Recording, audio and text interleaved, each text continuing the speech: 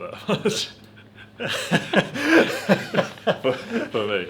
Hey, what's up, guys? Welcome to another episode of Official Vintage TV. Today we've got a bit of a different episode where Stu's going to be getting interviewed about his last buying trip because he got a whole bunch of heaters, but I bet he's going to be talking about that in this interview. Brooke's going to be the interviewer.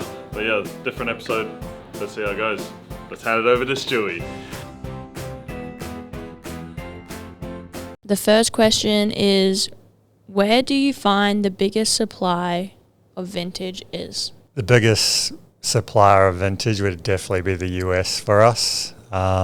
We do go to Europe a little bit as well to get different styles of vintage, but I'd say hands down US is the place to go.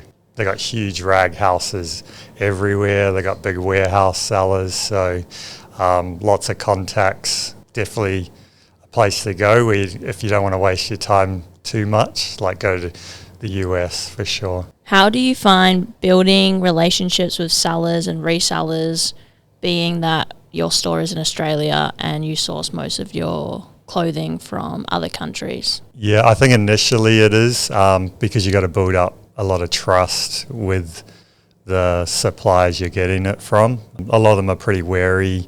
They don't like shipping to Australia so much. So I think building those initial relationships is key. Yeah, so a lot of the suppliers we do have now, we build relationships just by seeing them at markets, just chatting vintage with them because we're all like on the same page. We all love vintage, and I think it's just an easy way to form relationships. We start talking about the same kind of clothing. Sometimes we don't buy off them. We're just having a good chat with them, and then maybe the second trip we go to, we start buying off them if they got the right kind of stuff that we want. Usually buy in bulk when we do go because we're looking for so much stuff.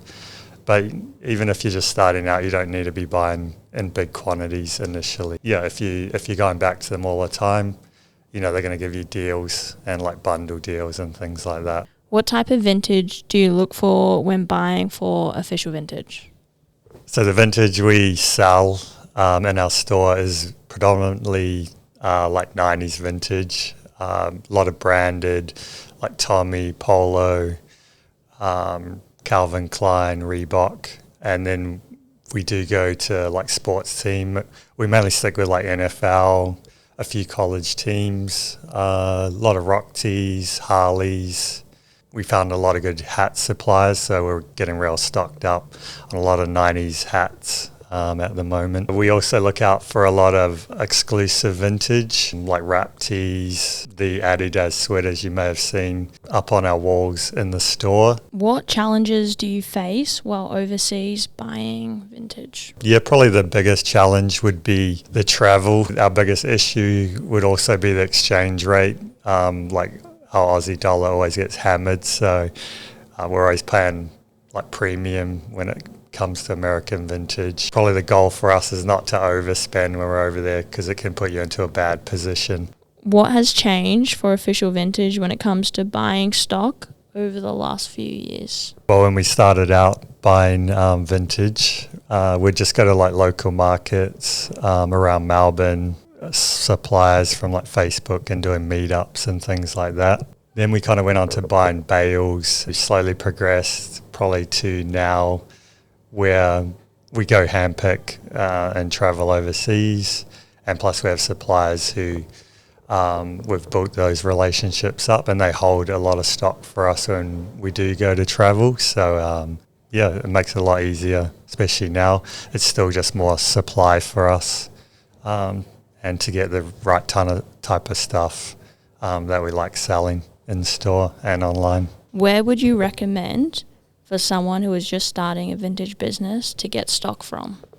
Probably the best way to start is mainly even just friends. If they've got any clothing they want to sell, go to like your local markets. Also look on Etsy, Depop, Facebook, and just start off small and then slowly progress to buying more and more stuff as you get more customers as well. We also have a wholesale side to our business where you can buy directly off us in bulk quantities.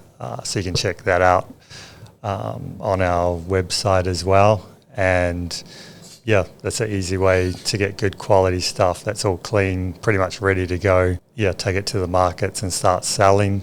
Other ways is probably just buying in bulk off suppliers. Just keep it small to start, and then, you know, as you get bigger and bigger, you know, you'll slowly find more suppliers. Hope you guys like that style of content. That was a bit of an insight into Stu's buying trip. Make sure you like, subscribe, and leave a comment if you like this sort of content. But yeah, and also if you like Stu in the videos, let us know. Yeah. So we're just going. All right.